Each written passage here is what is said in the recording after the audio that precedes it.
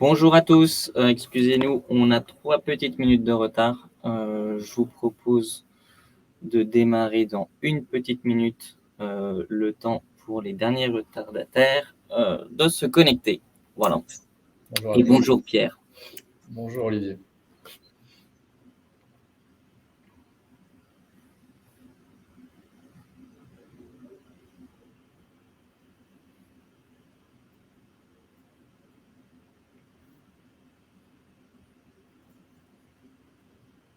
Bon, je vous propose, on commence. Vous savez que ce webinaire est enregistré, donc vous aurez l'occasion, à la fin de pouvoir le réécouter et si besoin, nous poser, des questions.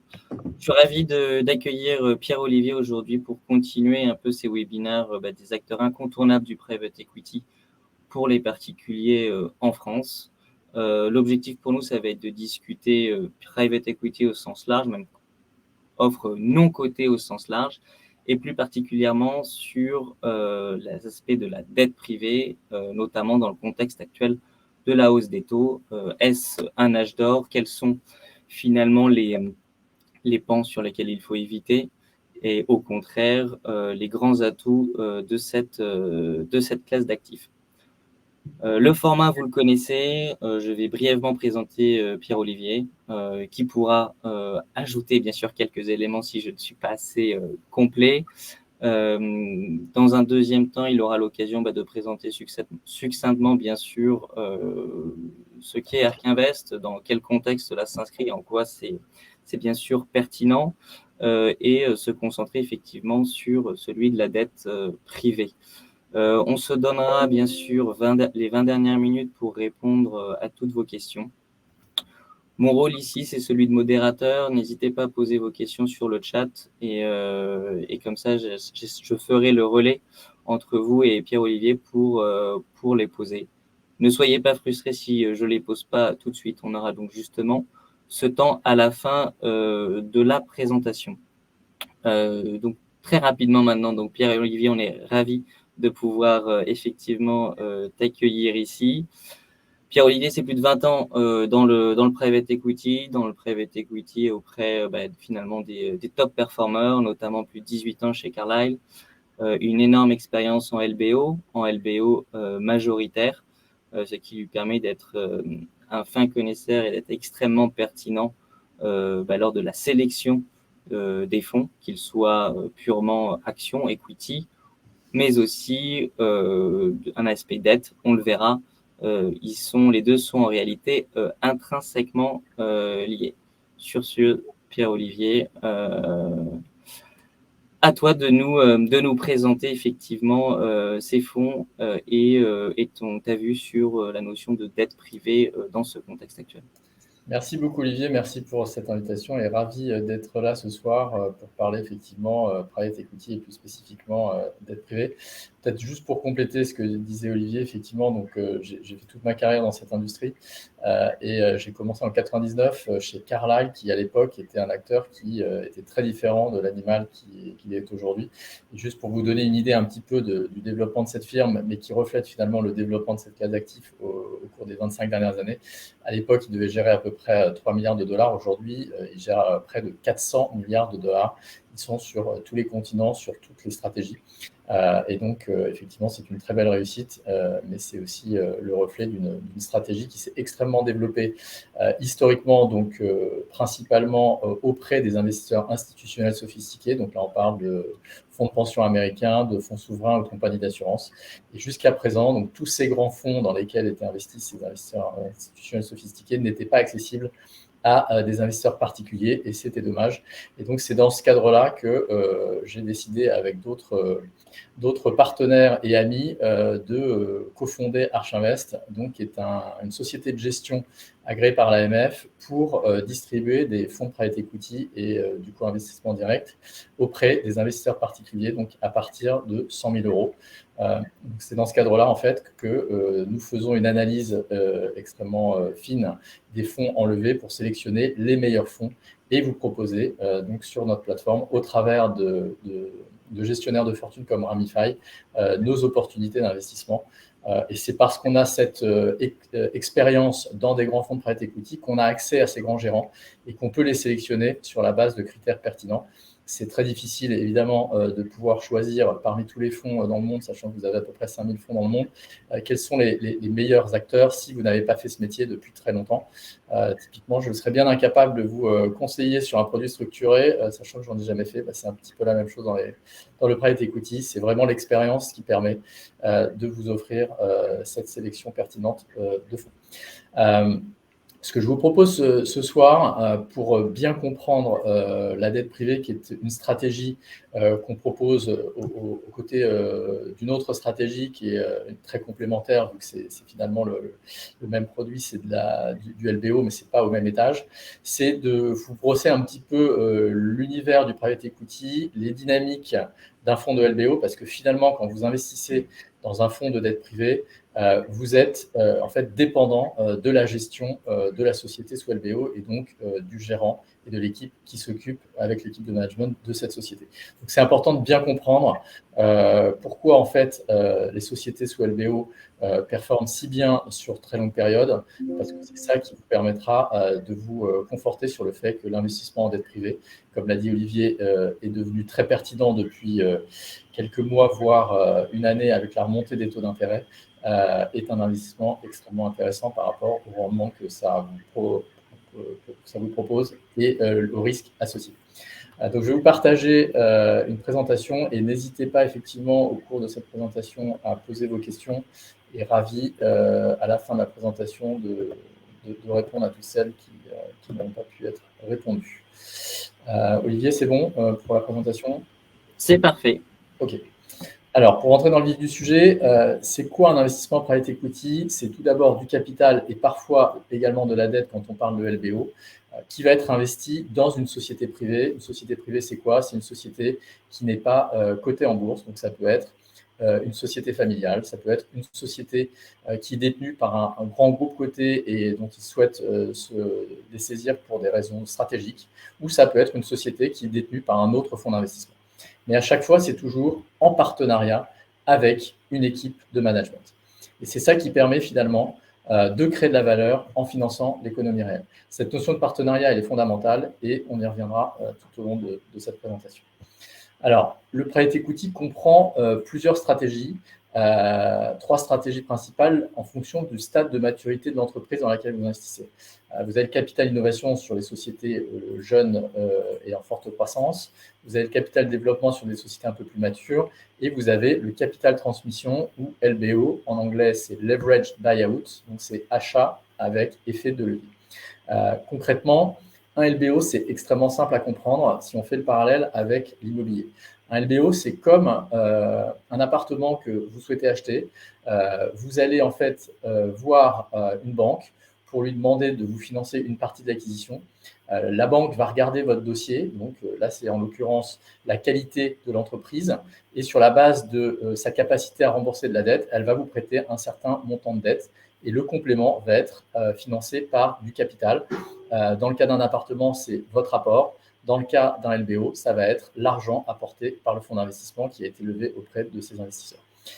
Et donc, évidemment, la banque va vous prêter une dette qui va être remboursée au fur et à mesure sur la base de la capacité de génération de cash flow de l'entreprise, comme c'est le cas dans un appartement, sur la base de vos revenus. Donc, un LBO, c'est un rachat en général majoritaire. En tous les cas, les stratégies qu'on propose sous LBO, ce sont des rachats majoritaires, donc avec effet de levier. Et c'est généralement sur des sociétés donc, qui sont profitables et qui génèrent des cash flows pour rembourser la dette. Donc là, on vous a mis quelques exemples de grands gérants de LBO avec lesquels on travaille et qu'on commercialise auprès de nos partenaires gestionnaires de fortune comme Ramify. J'ai une question pour toi. J'ai une question pour toi, Pierre-Olivier. C'est, on comprend très bien finalement pourquoi des investisseurs souhaitent réaliser ce type d'opération. À l'inverse, c'est quoi le profil type, s'il y en a un, de l'entreprise qui souhaite faire un LBO?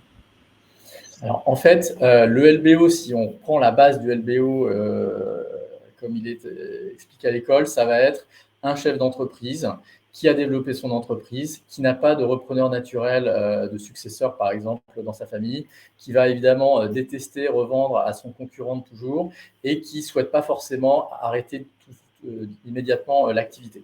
Donc, il peut trouver un intérêt à faire rentrer un fonds dans son capital qui deviendrait majoritaire, lui resterait minoritaire et au fur et à mesure, il sortirait. Et ça lui permet de maximiser la valeur qu'il peut trouver sans vendre à son concurrent de toujours. Ce marché s'est développé comme celui-là, mais évidemment, au fur et à mesure, il y a eu un marché très important de secondaire, si on peut dire, où les fonds, en fait, continuent à s'acheter et à vendre des sociétés qui ont encore un gros potentiel, parce que quand vous gérez bien une entreprise qui est sur un bon segment de marché, vous pouvez finalement, et on le verra sur certains exemples, partir d'une entreprise locale qui, au cours du deuxième LBO, peut devenir nationale, qui, au cours du troisième, peut s'étendre au niveau européen et à terme devenir internationale. Donc, c'est vraiment ce genre d'histoire, en fait, des sociétés à fort potentiel, très, très bien gérées, qui permettent de développer des sociétés jusqu'au niveau international.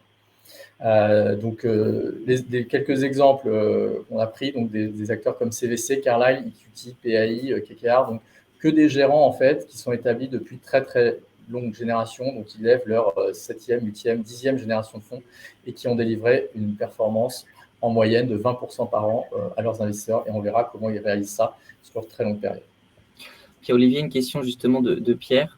C'est aujourd'hui, en termes de proportion, quelle est la partie de LBO qui vient effectivement finalement de fondateurs, et quelle est la partie qui est un fonds de PE qui la redonne à un autre fonds de PE? Alors ça va dépendre finalement de la taille du deal. C'est-à-dire que vous avez des fonds qui se concentrent sur des sociétés plus petites. On parle de small capitalization ou de mid capitalization. Et vous avez des fonds qui sont sur des très, très grosses sociétés. Quand vous voyez certains deals aux États-Unis, vous avez parfois plusieurs fonds qui s'associent ensemble pour acheter une société de 20 milliards de dollars. Donc en fait, évidemment, plus la société est grosse, moins vous allez rencontrer de fondateurs, et plus elle est petite, plus vous pouvez trouver des histoires de transmission en fait d'un fondateur auprès d'un fonds. Et c'est vrai que ce qu'on appelle le LBO primaire, ça va être un premier LBO, ça va être soit auprès d'une famille fondatrice, soit auprès d'un conglomérat industriel ou une société cotée ou non, qui souhaite vendre une partie de son activité parce que c'est devenu par exemple plus cœur pour elle, et donc c'est la première fois que la société sera gérée sous LBO. Mais une grosse partie aujourd'hui du marché est quand même composée par, surtout quand on est sur ces tailles de fonds, là je parle de fonds qui gèrent 4 milliards ou plus, la plupart sont quand même des sociétés qui peuvent être déjà sous LBO, parce que c'est vrai que c'est pas toujours évident de trouver des sociétés privées de cette taille encore disponibles. Merci.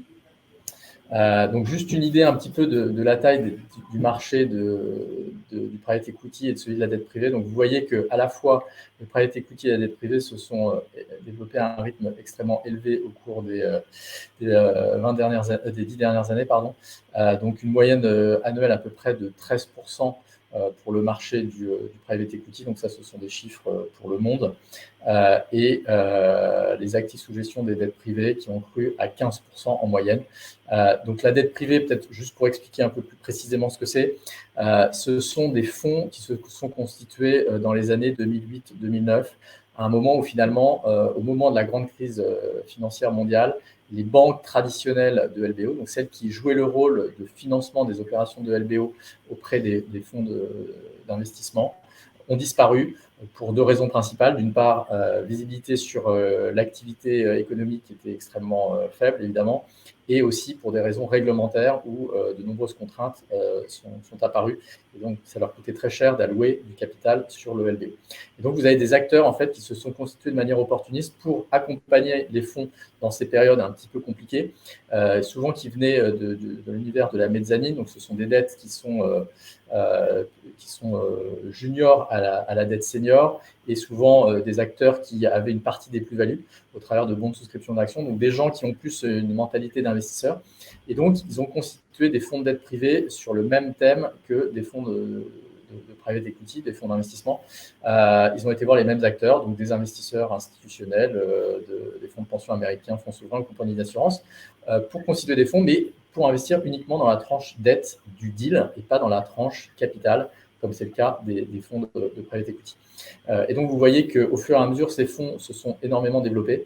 Et entre 2017 et 2022, vous voyez que leur part de marché est devenue quand même très importante. Ils sont passés de 40% à peu près à 74% du marché. Donc, ils ont gagné énormément de parts de marché auprès des banques. Donc, comme je disais, ce sont des équipes qui sont souvent beaucoup plus sophistiquées, qui ont l'habitude d'assister à des boards, parce que quand vous avez un accès au capital via des bons de souscription d'actions, vous avez souvent une place au conseil d'administration, même si vous ne votez pas. Donc, ce sont des gens qui sont capables, en fait, d'adresser des situations parfois plus complexes, soit en termes de gouvernance, soit en termes de business. Et aujourd'hui, l'intérêt aussi d'investir dans ces fonds, c'est que vu que la visibilité sur l'économie est relativement réduite, les banques traditionnelles de financement sont beaucoup plus timides. Typiquement, une société qui, il y a 2 ans, pouvait lever auprès des banques un montant d'environ 4 fois l'EBITDA en termes de quantum de dette. Aujourd'hui, c'est plutôt 2 fois. Et donc, si vous voulez vraiment lever un niveau de dette suffisant, vous allez faire appel à des fonds de dette privée, même si c'est plus cher. Ça peut être intéressant pour votre performance. Et donc, du coup, en fait, ces acteurs aujourd'hui bénéficient d'un marché extrêmement profond, parce qu'au-delà des situations peut-être parfois un peu plus compliquées, ils ont accès à des deals beaucoup plus traditionnels que les banques traditionnelles aujourd'hui n'honorent plus, parce qu'elles sont relativement timides. Une petite question, mais tu vas peut-être l'aborder plus tard. Quand tu dis qu'ils arrivent ils proposent des taux plus élevés que ceux des banques, est-ce qu'il y a un peu des ordres de grandeur ou ça varie énormément d'un cycle à l'autre? Non, alors en fait, évidemment, ça dépend aussi de la tension compétitive. Bon, la bonne nouvelle, c'est que ces acteurs européens sont peu nombreux, donc il y a peu de fonds de taille importante en Europe pour financer ces opérations. Évidemment, quand les les guichets des banques sont ouverts, forcément, il y a une concurrence additionnelle, donc il faut être un peu plus modéré.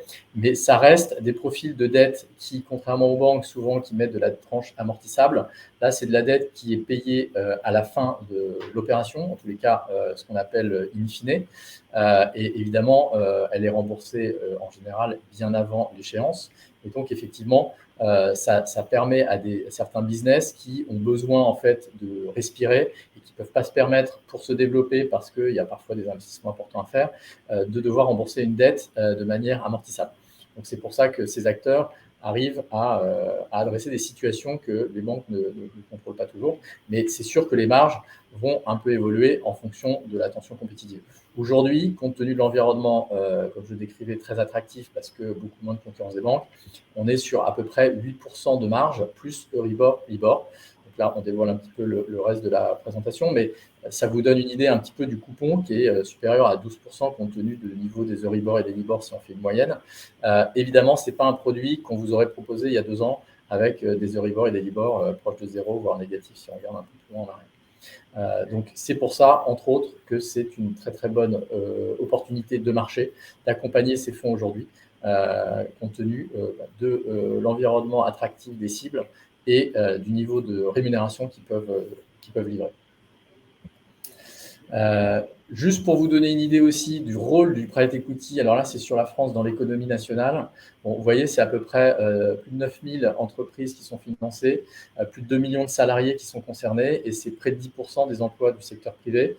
80% à peu près sont des PME et des TPE. Et le private equity, contrairement à ce que certains ont pu dire, crée 3 fois plus d'emplois en France que les sociétés qui ne sont pas accompagnées par des fonds. Et donc, c'est près de 300 000 emplois nets qui ont été créés depuis 2016. Pourquoi ? Parce qu'un deal de private equity, c'est avant tout investir derrière une société qui a du potentiel, donc qui va croître. Et donc, la croissance s'accompagne en général d'emplois. Une slide aussi intéressante qui vous montre la performance de la classe d'actifs private equity par rapport aux autres classes d'actifs. Donc, c'est à peu près, là on regarde entre 2007 et 2021, c'est à peu près 2 fois plus que l'immobilier. C'est presque 2,5 fois plus que le CAC 40. Et les hedge funds ont une performance souvent assez volatile, c'est près de 4 fois plus. Mais on reviendra là-dessus, parce que la question, c'est pourquoi, en fait, sur très longue période, le private equity surperforme notamment les sociétés du CAC 40. Il y a des raisons à cela et j'y viendrai. Donc, Plus en détail, vu que la dette privée finance une opération de LBO, il faut bien comprendre en quoi consiste un LBO pour bien comprendre en quoi consiste la dette privée quand on investit dans un fonds de dette privée. Donc, avant tout, un LBO, le fonds va choisir une cible. Donc, comme on l'a dit, c'est souvent une société qui est établie, qui génère des cash flows importants et qui est souvent leader sur son marché ou en passe de le devenir avec une très bonne visibilité de ses revenus. Donc, c'est un investissement qui va être financé en capital qui provient du fonds et en dette qui provient donc soit du fonds de dette privée, soit de la banque de financement traditionnelle. Donc, vous avez au moment de l'acquisition la mise en place d'une stratégie qui est définie entre l'équipe de gestion du fonds et l'équipe de management. C'est une stratégie commune à laquelle les deux parties adhèrent pour développer un plan de croissance, donc un business plan, sur toute la période de détention du fonds. En général, un LBO, ça dure à peu près 4 à 5 ans. Donc, vous avez 4 à 5 ans pour créer de la valeur, ce qui est finalement une période relativement courte et ce qui explique aussi pourquoi, vu que le temps est court, ce sont des sociétés qui sont extrêmement bien gérées. Vous avez évidemment une très forte implication du fonds qui, évidemment, en tant que majoritaire, décide de la stratégie. Mais en général, ça ne marche pas si votre équipe de management ne partage pas cette stratégie. Donc, ça arrive que parfois, en fait, vous n'ayez pas l'équipe adéquate par rapport à la stratégie qui a été définie. Donc, parfois, soit vous la renforcez, soit vous la changez. Mais dans un monde idéal, vous faites un deal derrière une équipe de management qui a déjà réalisé quelque chose qui est intéressant et qui peut encore aller plus loin en étant accompagné par un nouveau fonds. Et ensuite, une fois que vous avez bien travaillé, que vous avez créé cette valeur, vous avez 3 options possibles pour revendre l'entreprise. Soit vous la revendez à un acteur industriel qui souhaite consolider sa position dans ce marché, soit vous la revendez à un autre fonds de LBO, donc c'est ce qu'on expliquait tout à l'heure, donc on parle de LBO secondaire, tertiaire, quaternaire. Ce n'est pas forcément une mauvaise opération. Je vous montrerai des exemples de deals qui ont été détenus par plusieurs fonds et qui sont de très très belles réussites. Soit vous faites une introduction en bourse, donc vous allez coter la société pour sortir au fil de l'eau.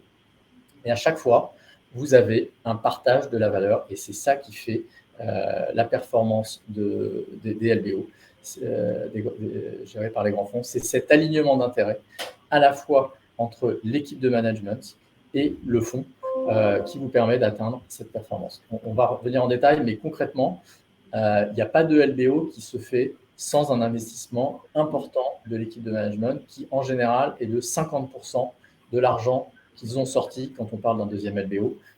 Et si jamais c'est un LBO primaire, ça va être une partie très importante de leur patrimoine. Donc, en euros, ça va dépendre si effectivement l'équipe a déjà fait plusieurs LBO, a déjà gagné beaucoup d'argent. Si c'est un premier LBO, une équipe, par exemple industrielle, qui n'a pas forcément une très grande surface financière, ce n'est pas l'importance de l'argent qui va compter, c'est l'exposition du patrimoine de cette équipe d'investissement. Donc ça, c'est pour la partie management. Si ça se passe bien, évidemment, cette équipe peut gagner beaucoup d'argent. Il y a un effet multiplicateur par rapport au multiple du fonds.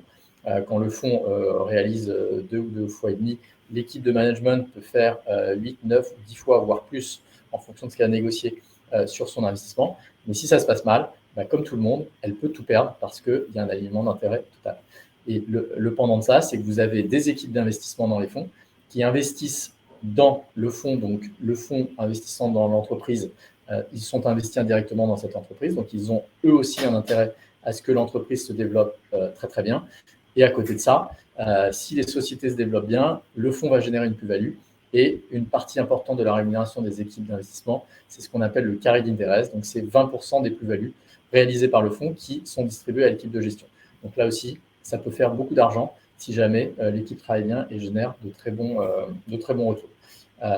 Mais là encore, c'est une question d'exposition. Moi, quand je suis arrivé chez Carlyle en 99, j'étais très très jeune, je n'avais pas d'argent, mais on m'a dit tu vas devoir investir dans le fonds parce que tu vas participer aux décisions d'investissement. Et il est hors de question que tu pousses une entreprise en te disant, ou un deal en te disant espérons que ça va marcher, si ça marche, j'aurai une partie du carried et si ça ne marche pas, tant pis, parce qu'il faut un alignement d'intérêt. Donc en fait, si ça ne marche pas, eh bien, ça te fera mal comme tout le monde parce que tu vas mettre une partie significative de ton patrimoine. Là encore, ce n'était pas beaucoup en euros, mais c'était une partie très importante de ce que j'avais à l'époque. Mais on y reviendra parce que c'est vraiment le nerf de la guerre de cette création de valeur. Donc, si je vous présente quelques exemples de LBO, de marques en tous les cas que vous allez connaître, bon, Picard, tout le monde connaît. Donc, c'est une société qui a été créée en 1962, qui a fait l'objet d'un premier LBO sous Candover en 2001 et qui a été accompagné, vous le voyez, par deux autres fonds, donc BC Partner en 2004 et Lion Capital en 2010, et qui a fini sa trajectoire dans les mains d'un industriel en 2015. L'histoire de Picard, c'est un maillage local qui s'est développé au niveau national et on s'est rendu compte finalement que la profondeur du marché était très forte. Il y a eu quelques tentatives qui ont été faites pour essayer d'exporter le modèle à l'étranger. Bon, c'est un modèle qui est quand même très franco-français et qui est culturellement pas facile à vendre à l'étranger, donc ça n'a pas forcément eu un gros succès. Mais le maillage a été finalement affiné, LBO après LBO, et jusqu'à finir dans les mains de cet industriel. Et chacun de ces fonds a réalisé une très très belle plus-value. BNB Hotel, c'est aussi une marque, je pense que vous connaissez. C'est un actif que je connais particulièrement bien parce que j'ai participé à son développement quand j'étais chez Carlyle. Donc, c'est une société qui est née à Brest en 90, qui a fait l'objet d'un premier LBO épaulé par Euraseo et Montefiore en 2005. Cette équipe a permis de faire croître le réseau au niveau national. Donc, c'est une chaîne d'hôtellerie économique. L'intérêt de cette chaîne, c'est qu'elle est monomarque, monoconcept. Et donc, du coup, c'est beaucoup plus facile à gérer qu'un acteur comme Accor qui a plusieurs concepts, plusieurs niveaux de prix. Et du coup, quand vous devez rénover les concepts, c'est très difficile en fait de bien gérer ça parce que vous pouvez vous retrouver sur la même zone d'achalandise avec un hôtel qui est positionné plus haut de gamme et qui n'a peut-être pas été rénové et qui va être plus cher qu'un hôtel positionné plus bas de gamme mais qui est tout neuf.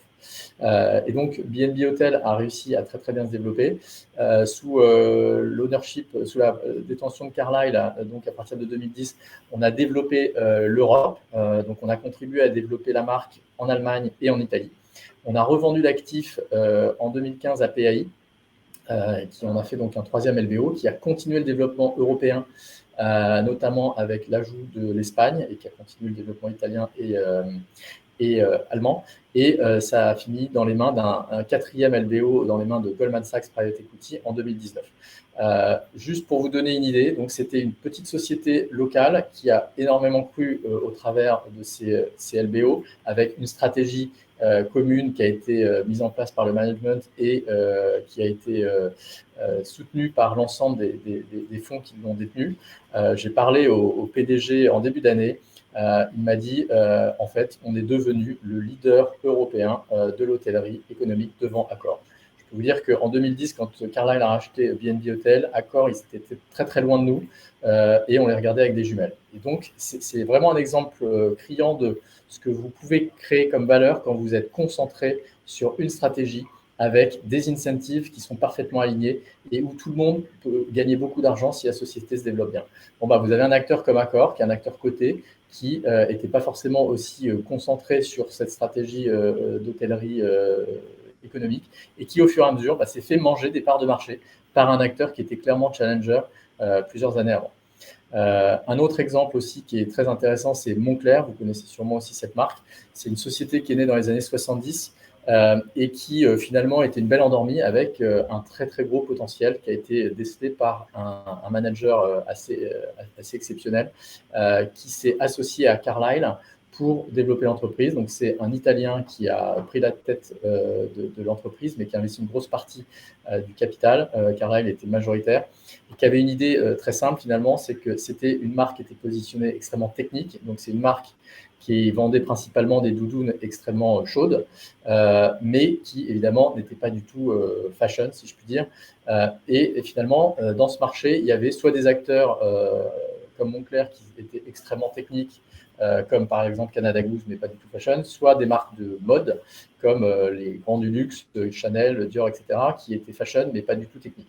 Et donc, il a réussi en fait à positionner la marque de manière fashion avec cette… évidemment, il avait des racines solides pour se positionner sur du luxe parce qu'il était très technique et reconnu comme tel. Et donc, il a réussi ce pari de transformer cette marque en marque fashion sur un produit qui était la doudoune. Et une fois que ça s'est bien développé, il a développé d'autres produits. Et grâce à Carlyle, qui était présent dans l'ensemble des pays du monde, il a pu bénéficier de l'appui local des fonds de Carlyle et des équipes locales pour ouvrir des boutiques et accéder à un réseau de distribution au Japon, en Asie, et en Chine et aux États-Unis. Et aujourd'hui, Moncler, et même il y a un certain temps, c'était assez rigolo, on a acheté ça en 2005. 10 ans plus tard, la société avait été mise en bourse. On avait partagé le capital avec Euraseo qui était rentré et on a participé à l'introduction en bourse. Et cette société, elle valait 5 fois le chiffre d'affaires qui valait 1 milliard, donc 5 milliards d'euros, et elle valait plus que Carlyle. Donc c'est quand même assez rigolo que voilà, une histoire formidable de LBO accompagnée par un fonds ou deux puisse valoir beaucoup plus que le fonds qui l'a accompagné. Et aujourd'hui, ça vaut plus de 15 milliards d'euros. C'est une société de luxe mondiale qui s'est extrêmement bien développée. Donc vraiment, encore un très très bel exemple de société qui, parce qu'elle a été accompagnée évidemment par une équipe de management hors pair, mais par une stratégie très très claire et consistante, accompagnée par 2 fonds, à être devenu un acteur international incontournable du luxe. Et vous avez d'autres exemples, April que vous connaissez forcément, qui est une compagnie d'assurance, Tropicana, European Camping Group, qui est aussi une très belle histoire que je connais bien vu qu'on l'a développée chez Carlyle. C'est un petit peu la même chose que BNB, mais dans l'hôtellerie de plein air, avec l'engouement pour les campings haut de gamme et la gestion de mobil-home sur des campings. Donc je m'arrête là, sinon je pourrais en parler toute la soirée. Donc si on veut comprendre les raisons de la performance des investissements de LBO, l'idée c'est que vous avez 4 à 5 ans pour maximiser la valeur.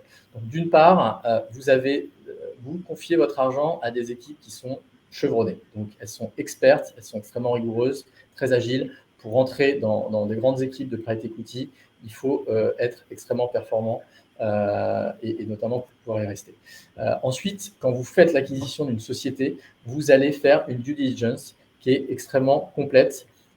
Et au-delà de ça, on va le voir en détail, vous allez utiliser l'effet de levier dont on a parlé et vous allez aussi structurer de manière juridique et financière la société de manière optimale. Donc, vous allez parfois faire des montages assez agiles avec des avocats spécialisés pour optimiser notamment, par exemple, le montant d'impôts que vous pourriez payer parce que vous pourriez avoir une société qui paye beaucoup d'impôts et une société qui reçoit la dette et qui a beaucoup de déficits. Donc, on travaille avec des gens experts pour justement essayer d'optimiser ces montages. Donc, si on regarde juste en quoi consistent des due diligence. Les due diligence, c'est quoi? C'est avant tout, vous avez une période très courte de 2 à 3 mois pour comprendre l'entreprise. Donc, vous allez faire des études de marché. Vous allez mandater des experts à chaque fois. Donc, ça va être des gens comme Boston Consulting Group ou McKinsey, ces cabinets de consulting qui vont vous aider à comprendre la dynamique de marché de la société, son positionnement dans la chaîne de valeur et vous assurer qu'il n'y a pas un changement important de paradigme qui pourrait remettre en cause tout le développement historique de la société. Vous allez mener aussi une analyse financière fouillée avec des gens comme PricewaterhouseCoopers, KPMG, qui vont vous aider à analyser la performance historique de l'entreprise et vous assurer que vous payez un référentiel financier qui est, entre guillemets, propre et qui n'est pas impacté par des événements qui sont conjoncturels. Prenez l'exemple de sociétés comme les laboratoires pharmaceutiques. Si vous achetez un laboratoire pharmaceutique en 2021 sur la base de la performance de 2020, évidemment, vous avez l'effet Covid qui, pour ces acteurs-là, a été extrêmement bénéfique. Donc, il faut nettoyer la performance de ces effets de bord. Vous avez évidemment des interactions très fréquentes avec l'équipe de direction. Et à côté de ça, vous allez faire appel à des experts industriels. Ce sont souvent des gens qui ont passé 30 ans dans une entreprise qui vont vous permettre en très peu de temps de bien comprendre comment fonctionne le marché et de ne pas passer à côté de l'essentiel, des analyses environnementales quand on parle de société industrielle, des visites de sites, des analyses juridiques et fiscales, on en a parlé. Ensuite, vous avez, donc une fois que vous avez acheté cette société, vous avez cet accompagnement des sociétés en portefeuille. Donc, comme on l'a dit, on élabore une stratégie qui est commune et on la met en place. Ça ne veut pas dire que cette stratégie, elle ne va pas évoluer. Évidemment, s'il y a des changements d'environnement macro-éco, vous allez ajuster cette stratégie. Mais par contre, elle ne sera jamais remise en cause parce que vous avez acheté cette société pour cet objectif-là. Et c'est un parallèle très différent avec les sociétés cotées.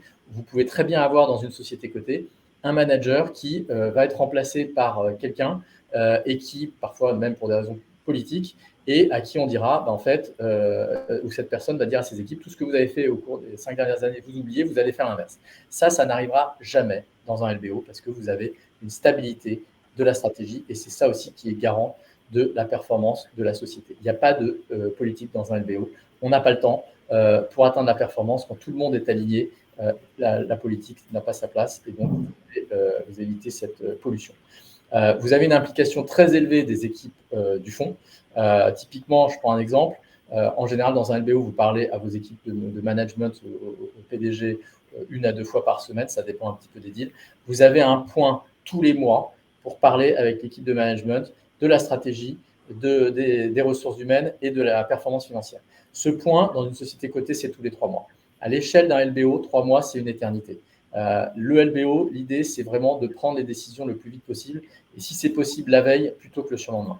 Un autre exemple, pendant le confinement, nous, on parlait à nos PDG tous les jours. Parfois, on n'avait pas grand-chose à se dire, ça durait 15 minutes, parfois ça durait 2 heures. Mais en tous les cas, vous voulez être sûr que vous prenez la décision plutôt tôt que trop tard. Et évidemment, le fonds accompagne la société à la fois en moyens humains et financiers. Humain, c'est l'exemple que j'ai pris avec Carlyle, où vous mettez à disposition d'une société française votre réseau local en Asie, aux États-Unis, pour les aider à se développer. Financier, c'est vous leur apporter plus d'argent pour faire des acquisitions pertinentes et consolider un marché, par exemple. Et toujours ça avec l'alignement d'intérêts pour le partage de la création de valeur. Donc, je ne vais pas y revenir parce que je vous ai bien expliqué comment se faisait un LBO avec un investissement extrêmement important de part et d'autre des intervenants. Mais c'est ça qui, à la fin, fait que si ça va bien, tout le monde se donne beaucoup pour créer plus de valeur dans le temps imparti qui est de 4 à 5 ans. Et si ça va mal, évidemment, vous vous doutez bien que moi, en 20 ans de carrière, il y a des situations que j'ai vécues où ça allait plus mal. Eh bien, vous avez effectivement cette incentive à créer de la valeur pour ne pas perdre votre investissement pour l'équipe de management, ne pas perdre votre investissement pour l'équipe de gestion du fonds et ne pas perdre la plus-value sur laquelle il compte beaucoup. Et à terme, si vous ne sauvez pas 2 ou 3 sociétés, ça peut être même l'avenir du fonds qui est hypothéqué parce que ce sera très difficile de relever un fonds si jamais vous n'avez pas performé et surtout si vos concurrents, eux, ont bien performé. Donc, c'est pour ça que l'énergie qui est déployée dans un LBO, que ça aille bien ou que ça aille moins bien, c'est sans commune mesure avec celle que vous aurez dans une société cotée où, évidemment, le temps est beaucoup plus long, la stratégie peut changer, il y a du politique.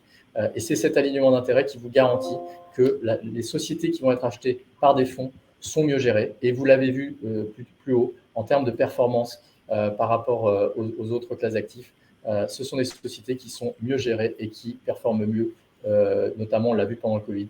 Ce sont des sociétés qui ont délivré de meilleures performances. Question Pierre-Olivier, notamment de Clément. Donc effectivement, tu nous as parlé au début des succès et là tu as mentionné aussi le fait qu'il y a certaines entreprises, certaines participations pour lesquelles ça se passe moins bien. Peut-être en moyenne, il y a combien d'investissements dans un fonds de LBO, en tout cas des fonds de LBO que tu as mentionnés, ceux de premier niveau, et grosso modo, finalement, quelle est finalement la proportion en moyenne des échecs et à l'inverse des succès, quoi. Qu'est-ce qui va faire la performance finalement d'un fonds? Alors, en général, un fonds d'investissement, les fonds qu'on sélectionne, c'est grands gérants qui gèrent plusieurs milliards, investissent à peu près sur 15 à 20 sociétés. J'ai envie de vous dire, la durée de vie d'un investissement, c'est 4 à 5 ans. Donc, normalement, un fonds, ça devrait durer à peu près 8 à 9 ans. Bon, ça peut durer parfois un peu plus longtemps parce que vous pouvez avoir dans le portefeuille une société ou deux qui va nécessiter plus de temps pour se développer parce qu'il y a eu un environnement changeant et ou un problème managérial. Parfois, quand vous avez une équipe de management qui s'est développée, une société par vent important, si jamais le fonds faiblit, il faut parfois avoir une technique de gestion différente et ce n'est pas forcément les mêmes compétences qui sont en jeu. Donc, parfois, vous devez modifier votre équipe de management. Ça prend du temps. Donc, effectivement, c'est rare que dans un fonds, vous n'ayez que des sociétés qui performent exactement comme prévu. Vous avez parfois, effectivement, 2 ou 3 sociétés qui vont nécessiter un peu plus de temps. Mais ça ne veut pas dire qu'à la fin, vous n'atteignez pas une performance. Les fonds qu'on sélectionne, les taux de défaut sont de 1%, voire moins de 1%. Parce que, comme je l'ai dit, c'est extrêmement pénalisant de perdre une société sous LBO. Je vous prends peut-être un exemple qui est très parlant. On a acheté donc chez Carlyle une société qui s'appelle Zodiac Marine & Pool, qui fait principalement des équipements de piscine enterrée. Vous allez les connaître par les bateaux pneumatiques, qui étaient également dans cette division, mais qui n'a jamais gagné d'argent. Nous, on les avait achetés pour des équipements de piscine enterrée, donc pompes, filtres, robots nettoyeurs, etc. Et on l'a fusionné avec une société américaine qui faisait exactement la même chose en côte ouest américaine. Ce qu'on n'avait pas vu, c'est qu'en fait, il y avait un marché aux États-Unis, et on était quand même pas mal exposé aux États-Unis, qui était soutenu par le prix de l'immobilier américain. Pourquoi ? Parce que les gens, en fait, chaque année, allaient voir leur banque en disant « Regarde, ma maison vaut 10% de plus, donc hier elle valait 100, aujourd'hui elle vaut 110 ». Et les banques prêtaient ce qu'on appelle une equity line, c'est-à-dire une ligne de revolver avec laquelle les gens s'achetaient des biens discrétionnaires, donc un bateau, se faisaient construire une piscine. Donc 5 ans avant qu'on achète cette société, le nombre de piscines construites aux États-Unis, en Amérique du Nord, pardon, était de 200 000 et il n'y en avait pas une de plus parce qu'il n'y avait pas assez de maçons pour en construire plus. Donc il y avait une demande qui excédait l'offre, ce qui est plutôt qui sont des conditions attractives pour un marché. Bon, évidemment, on n'avait pas compris cette subtilité. En 2008-2009, évidemment, l'histoire s'arrête. Votre maison qui valait 130, 140, elle vaut 70. Donc du coup, vous n'avez plus accès à cette ligne. Et le marché s'est effondré à 40 000 nouvelles piscines. Donc très rapidement, après 1 an et demi dans le deal, on s'est retrouvé avec un EBITDA qui a fondu et une société qui valait 0,1 fois la mise. Je peux vous dire que ce n'est pas du tout agréable quand chaque trimestre, vous devez reporter à vos investisseurs une performance de 0,1 fois l'argent. Eh bien, en fait, on s'est battu comme des diables parce qu'on ne pouvait pas perdre cette ligne. On avait une grosse exposition. Ça pouvait effectivement mettre à mal le Carib et même l'avenir de Carlyle en Europe à cause de cette ligne. Du coup, on a renforcé l'équipe de management, on a trouvé des nouvelles zones de croissance, on a réussi à racheter de la dette avec un gros discount parce que, évidemment, dans ces moments-là, vous avez aussi des opportunités. Il y avait une banque qui avait pris beaucoup d'argent sur son bilan, qui n'avait pas réussi à la revendre et du coup, qui était prête à vendre avec une grosse décote. Et 8 ans plus tard, je ne vais pas vous dire que c'est le meilleur deal de Carlyle, mais on a rendu 1,4 fois l'argent à nos investisseurs. Et 2 ans avant la sortie, l'EBITDA recroissait à nouveau à 2 chiffres. Donc, évidemment, là encore, pas le meilleur deal de Carlyle, mais parce qu'on avait une incentive à vraiment sauver l'actif, on a réussi à rendre cet argent. Et je peux vous dire qu'il y a beaucoup d'investisseurs qui nous ont appelés en nous disant félicitations parce qu'on avait fait une croix dessus depuis longtemps. Donc moi, c'est mon exemple personnel, je l'ai vécu à titre personnel, donc j'ai vu ce que ça voulait dire que de gérer une société dans l'adversité. Et quand vous vous battez contre un marché qui est contre vous, c'est très difficile parce que autant se battre contre des concurrents, c'est encore jouable. Contre un marché, parfois, c'est très difficile. Mais là encore, vous êtes agile, vous êtes payé pour ça. Et c'est pour ça qu'à la fin, même dans l'adversité, ces grands fonds, sur longue période, ils vous rendent ce genre de performance. Et peut-être une dernière question. Passe la slide, c'est très bien. Mais c'est des questions de Pierre et d'Alexandre qui justement parlent de… Là, tu parles de conditions difficiles. Justement, le LBO, la dette privée, aujourd'hui, avec cette condition d'augmentation des taux, c'est plutôt justement une belle bagarre. Finalement, c'est relativement neutre ou au contraire favorable. Donc, Pierre, c'était la question vraiment sur le LBO. Ouais. Alexandre, plutôt lié à celle de la question plutôt liée à la dette privée. Ouais, très bien. Alors, pourquoi est-ce qu'on pousse ces deux stratégies aujourd'hui et pourquoi est-ce qu'on pense qu'elles sont très pertinentes ? Pour le LBO, si je commence par le LBO, ce qui se passe aujourd'hui, c'est très intéressant pour les fonds qui lèvent de l'argent. Pourquoi ? Parce qu'en fait, ces fonds vont déployer l'argent dans un marché qui est beaucoup plus attractif en termes de valorisation. Quand vous regardez le marché du LBO, depuis l'augmentation des taux d'intérêt, les valorisations ont corrigé à la baisse. Et ça s'est maintenu. Contrairement aux marchés cotés qui ont très très bien récupéré, notamment depuis l'invasion de Poutine en Ukraine. Donc il y a une décorrélation très forte entre les marchés de LBO et les marchés boursiers aujourd'hui. Pourquoi en fait les marchés de LBO on corrige à la baisse ? Parce que vous prenez la même société qu'il y a 2 ans, vous prenez les mêmes hypothèses de revenus, les mêmes hypothèses de coûts, parce que votre coût de financement va coûter beaucoup plus cher qu'il y a 2 ans. Et parce que vous allez mettre moins de dettes, comme je vous l'ai dit, aujourd'hui, la même société, c'est plutôt 2 fois d'EBITDA plutôt que 4 fois. Et si vous voulez plus de dettes, vous allez voir les fonds de dette privés qui vont vous prendre beaucoup plus d'argent que ce qu'une banque vous prêtait historiquement. Mécaniquement, votre modèle, pour atteindre le même niveau de rendement, qui est toujours celui que visent les fonds, vous allez devoir payer moins cher. Donc, c'est pour ça qu'on est aujourd'hui dans une période un petit peu intéressante où il y a beaucoup moins de deals, évidemment, avec des des vendeurs qui sont encore sur des conditions de marché historiques et qui ne veulent pas accepter de baisse de prix, et des acheteurs qui leur disent le monde a changé, changement de paradigme, ta société qui valait peut-être 12, ou tu as acheté 12, aujourd'hui, elle vaut 9 fois l'EBITDA, elle ne vaut pas 12 fois. Bon, moi, je l'ai vécu, évidemment, sur 25 ans, j'ai vécu ce genre de cycle. On voit qu'il y a un moment, le marché s'ajuste, les vendeurs finissent par accepter de baisser et que, du coup, les meilleurs vintage, ce sont les vintages des fonds qui ont investi dans des périodes relativement plus troublées. Sur très longue période, le meilleur vintage, c'est 2010. En 2010, vous avez très peu d'acteurs qui sont capables de prendre une vue sur des business models. Ceux qui ont réussi et qui se sont fait accompagner notamment de ces fonds de dette privée ont acheté des sociétés parfois de très bonne qualité à des prix très attractifs. Et 3, 4, 5 ans plus tard, quand l'économie était meilleure, que les banques de financement étaient à nouveau là, les multiples remontés, ils ont pu revendre dans de très très bonnes conditions. Le pire millésime, ça va être 2005, quand vous investissez dans un marché qui est relativement cher et que vous devez vendre 4-5 ans plus tard dans un marché qui est disloqué à cause de la grande crise financière mondiale. Mais même dans ces cas-là, donc j'ai envie de vous dire, c'est une très bonne opportunité pour accompagner des grands gérants comme ceux qu'on a sélectionnés, et PAI, QT, Bridgepoint et ICA sur les générations de fonds qui lèvent aujourd'hui sont dans ce cas-là. Ce sont des fonds qui lèvent de l'argent, qui ont commencé à déployer, mais depuis que le marché a corrigé. Donc, on sait déjà que les acquisitions qu'ils ont faites ont été faites à des valorisations beaucoup plus attractives qu'au cours des 4 dernières années. Ce qui va être plus compliqué, c'est pour des fonds de 2018-2019 qui ont déployé sur des sociétés parfois moyennes à des prix un peu trop élevés. Ça ne veut pas dire que ça va être une mauvaise performance, mais ça va être une performance qui sera moins bonne, évidemment, que la moyenne et que certains vintage, parce que vous allez devoir garder les actifs plus longtemps, consolider vos parts de marché, parce qu'évidemment, un marché plus bas, ça vous permet aussi d'acheter des acteurs moins chers, et donc vous pouvez aussi créer de la valeur comme ça, mais ça prendra plus de temps. Donc finalement, quand vous regardez les grands fonds de private equity, le risque que vous prenez, ce n'est pas un risque de perdre votre argent, c'est plutôt un risque que ça puisse prendre un peu plus de temps si vous n'avez pas investi au bon moment du cycle. Mais là, quand on est sur un multifonds très diversifié sur 4 gérants de cette qualité et qu'on investit à ce moment du cycle, c'est extrêmement attractif pour les raisons que j'ai évoquées. La dette privée, pourquoi c'est attractif? On en a déjà un peu parlé. Évidemment parce que par rapport à il y a 2 ans, le niveau de rendement de ces fonds est beaucoup plus élevé.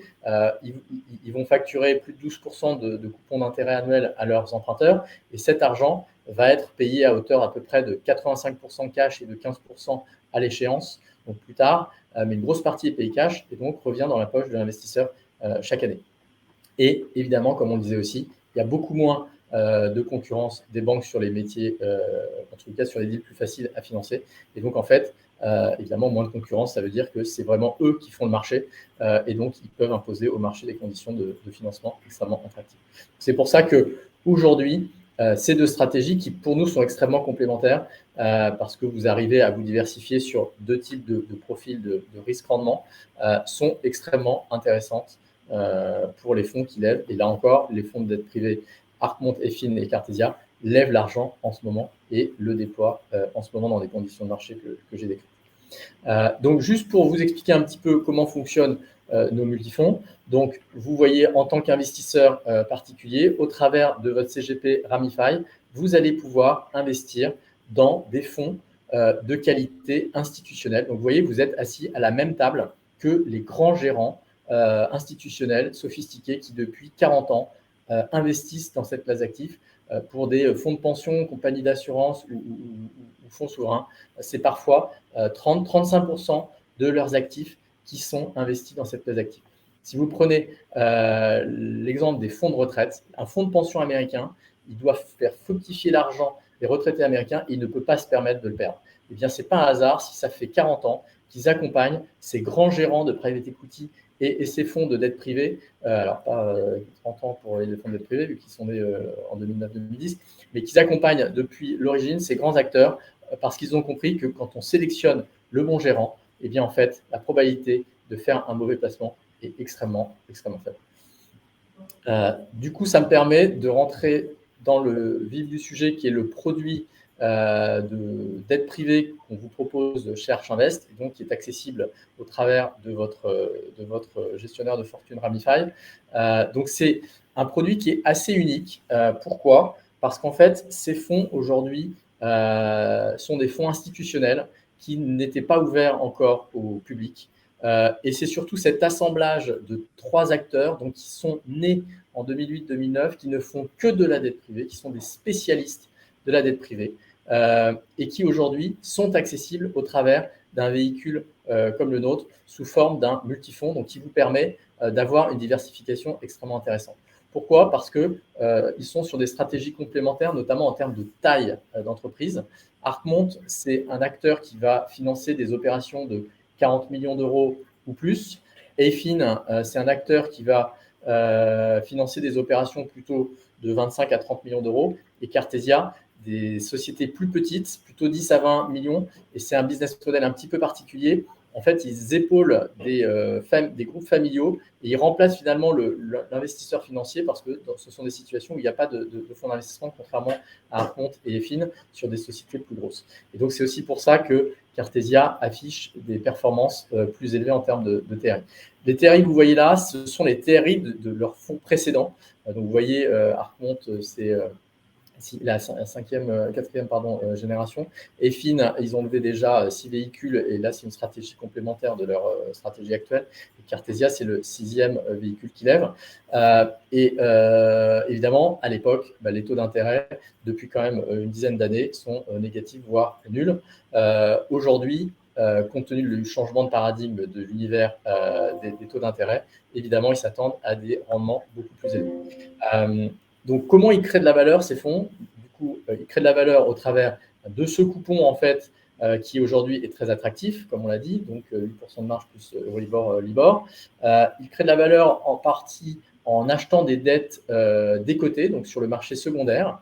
C'est acheter des portefeuilles de dettes sur lesquels ils pensent qu'il y a un potentiel important de retrouver le nominal parce qu'ils connaissent le gérant, le fonds d'investissement derrière et ils croient à l'histoire ou parfois ils connaissent déjà très très bien la société, parfois ils étaient même financeurs sur l'opération précédente. Et historiquement, ces acteurs ont toujours récupéré le nominal quand ils ont fait ces opérations.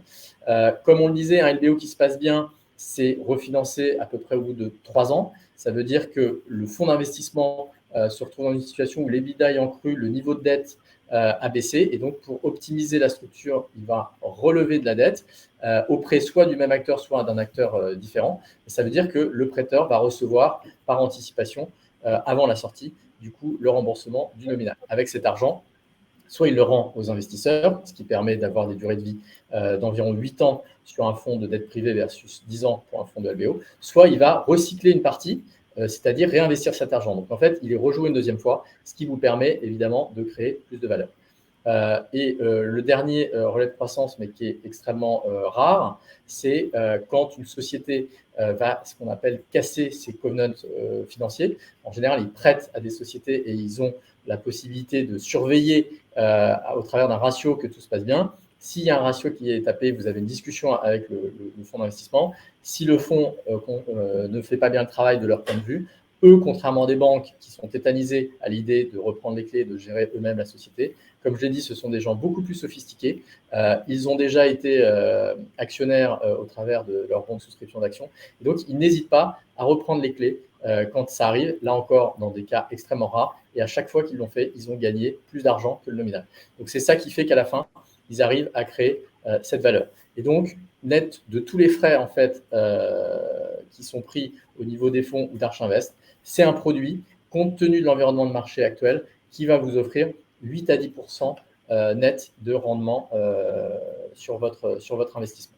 Et donc, c'est un produit qui est équipondéré. Vous allez être exposé sur votre investissement à peu près un tiers chez Arcmont, un tiers chez Efin et un tiers chez Cartesia. Et en termes de diversification, c'est quelque chose qui est extrêmement attractif parce que, comme je disais tout à l'heure, ils sont sur des tailles de sociétés différentes. Vous voyez, c'est à peu près 60 investissements pour Arcmont, 25 à 30 chez Efin et plus de 60 chez Cartesia. À la fin, ça veut dire que quand vous êtes investisseur dans le fonds Arch Invest dette privée 1, vous êtes exposé à plus de 150 sociétés. Et vu que ce sont des tailles de sociétés différentes, vous l'avez compris, il n'y a pas de recouvrement possible. Ce seront vraiment 150 risques, entre guillemets, et profils de rendement différents. J'ai Voilà. quelques questions de la part de ceux qui t'écoutent, et j'en ai une personnelle. Je vais commencer égoïstement par la personnelle. Quand on analyse un peu le ratio risk-reward entre de la dette privée ou du private equity, comment est-ce que toi tu les décrirais? Parce que si tu dis que l'objectif en dette privée c'est du 10%, souvent quand on parle de l'obligataire, c'est quand même moins risqué que de la partie equity action. Pourtant, c'est vrai que 10% de rendement, c'est quand même proche d'un rendement de l'action, en tout cas des actions cotées. Donc voilà, peut-être ce que tu peux nous aider un peu à… Par rapport à du LBO, tu veux dire Et notamment par rapport au côté, finalement, ce côté Sharpe ratio par rapport aux actions cotées et par rapport aux non cotées, un peu à quoi s'attendre d'un point de vue performance et d'un point de vue risque. Bon, côté, là encore, c'est… moi, je ne viens pas du monde du côté. J'ai juste grandi dans l'univers du non-coté et j'ai compris comment ça fonctionnait. Ma seule expérience du côté, je vais la partager avec vous, elle m'a assez refroidi. Je ne vais pas dire qu'il ne faut pas faire du non-coté, loin d'un, sachant que, évidemment, du côté, pardon, il y a un aspect liquidité qui est très important pour les investisseurs. Et donc, évidemment, je conseillerais à personne de mettre tout son argent dans du non-coté. Mais chez Carlyle, on a regardé une société qui s'appelle Nexans à l'époque, qui était détenue par Alcatel. Et donc, c'est une société qui fait des câbles de communication sous-marins entre continents. Et en fait, ils voulaient la vendre et ils ont suivi une route double qui était d'une part tentative d'introduction en bourse et d'autre part vente à un tiers. Nous, on était dans la catégorie vente à un tiers. Et il y avait, dans l'analyse qu'on a faite des éléments financiers, 60 millions à peu près de dettes de pensions de retraite qui étaient en Allemagne. Et on a analysé la situation avec nos experts financiers et il n'y avait pas de doute, c'était de la dette qui serait payée un jour aux salariés. Et en fait, quand on a confronté notre analyse à celle des analystes financiers qui ont préparé l'introduction en bourse, eux, ils considéraient que ce n'était pas de la dette. Donc, évidemment, on était moins 10 ans sur le prix, et donc Alcatel a mis en bourse Nexans. Moi, en tant qu'investisseur potentiel, je me suis dit, donc en tant que petit porteur, je pense qu'il y a quand même une analyse fine qui a été faite par les analystes de banques introductrices. Et en fait, les mailles du filet du LBO sont beaucoup plus fines que les mailles du filet, finalement, des banques introductrices. Et donc, en fait, moi, en tant que petit porteur, je ne sais pas qu'il y a 60 millions de dettes qui n'ont pas été révélées. Et ça m'a clairement refroidi. Bon, c'est une expérience personnelle, mais je suis quand même persuadé que quand vous avez tout votre argent, une grosse partie de votre argent qui est basée sur le succès de l'entreprise, eh bien, avant de l'acheter, vous faites vraiment un travail beaucoup plus fin et vous posez vraiment toutes les questions pour être sûr que vous ne ratez pas quelque chose versus une introduction en bourse où finalement, à la fin, ce sera très difficile de savoir si le prix était bon ou pas. Évidemment, le cours de bourse des jours suivants en dit long, mais ce n'est pas du tout aussi noir ou blanc. Donc, c'est pour ça que c'est un profil qui est très différent en fait, entre le côté et le non-côté. Donc, je ne comparerai pas en fait, la performance d'un fonds de dette privée sur des sociétés qui sont gérées par des grands fonds de LBO avec les incentives dont on a parlé, avec cette priorité sur la distribution devant l'equity. Donc, vous passez en premier, c'est de la dette senior, comme vous voyez, principalement. Donc, vous êtes payé tout de suite, vous êtes prioritaire par rapport au capital. Et historiquement, vous êtes très diversifié sur 150 sociétés et notamment géographiquement, évidemment, également. Donc, c'est quelque chose qui s'analyse vraiment à part parce que vous ne prenez pas du tout le même profil de risque que la volatilité des marchés cotés. Vous avez énormément d'éléments exogènes dans les marchés cotés qui font que c'est très difficile d'y voir clair. Et si aujourd'hui, il y a quand même un appétit si fort pour le private equity, je pense que c'est aussi parce que les gens n'arrivent plus à comprendre les mouvements des bourses mondiales. Quand vous avez un autre exemple, le Covid qui arrive, vous avez regardé les indicateurs boursiers, ils se sont effondrés. Quand vous avez votre portefeuille de sociétés sous LBO, vous regardez ça avec beaucoup de calme. Pourquoi ? Parce que vous créez votre valeur sur 4 à 5 ans. Ce qui s'est passé, c'est que très vite, les analystes boursiers ont compris que finalement, on pouvait très bien travailler avec Teams et Zoom et que finalement, l'activité n'allait pas s'arrêter. Moi, j'ai des banquiers d'affaires amis qui m'ont dit en mars, c'est fini, en fait, l'année est terminée et si on a de la chance, on pourra retrouver du business en janvier. Je les ai rappelés en juin, ils étaient sous l'eau, ils n'avaient pas le temps et ils ont fait une année 2020 record. Donc en fait, on a assisté à une correction extrêmement rapide et à une reprise extrêmement rapide. Vous avez un portefeuille de private equity, il se crée sur la durée.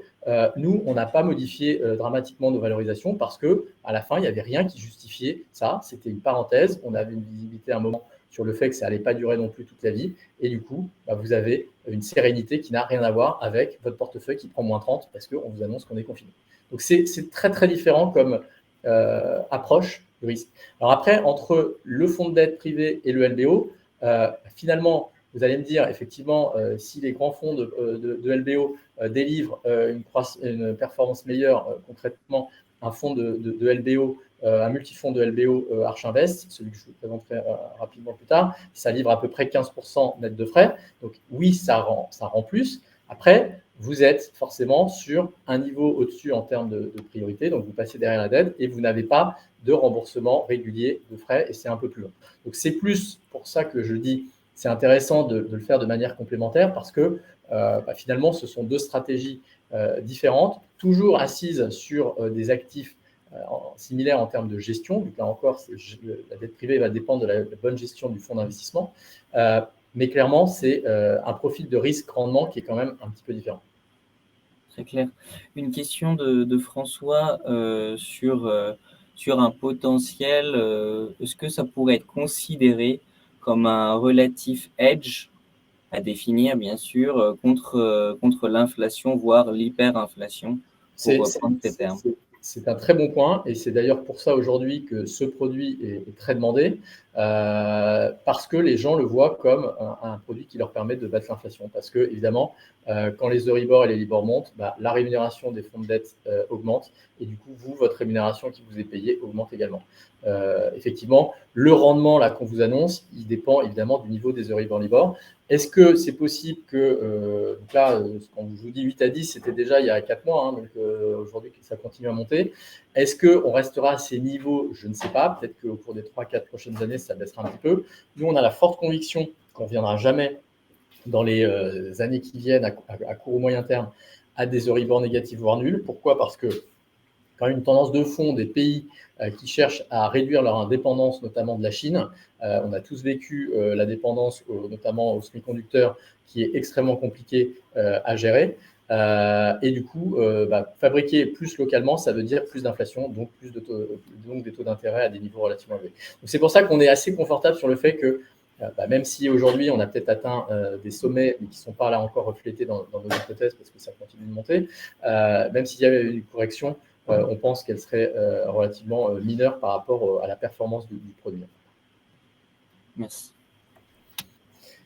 Et du coup, en quelques secondes, du coup, le produit de LBO, c'est une sélection de 4 gérants de LBO. Donc, PAI qui lève sa 8e génération de LBO, IK Partners sa 10e, EQT Future, c'est l'équipe de LBO qui lève une stratégie Impact. Donc, c'est un fonds article 9 pour ceux qui sont familiers avec la classification SFDR. Et Bridgepoint qui lève sa 7e génération. Donc là, pareil, vous êtes 25% à peu près écoute pondérée sur 4 gérants qui sont établis depuis plus de 20 ans, qui n'ont jamais perdu d'argent. Et vous le voyez, EQT, pour prendre un exemple, c'est un péri net, ils ont rendu 22% en moyenne. Et ce qui est très important, c'est que c'est une moyenne depuis très longue période, depuis 1995, sur le LBO, à leurs investisseurs. Donc avec évidemment des vintages qui ont été plus difficiles et des vintages qui ont été meilleurs. Là, comme on vous le dit, on pense qu'on est dans une opportunité de marché qui devrait faire mieux que la moyenne. Et donc, c'est pour ça qu'avec cette diversification sur ces très grands gérants, en ayant 25% d'exposition, on pense que c'est un produit extrêmement solide et qu'on recommande compte tenu de l'opportunité de marché que j'ai décrite. Voilà, j'ai été sûrement un peu trop long.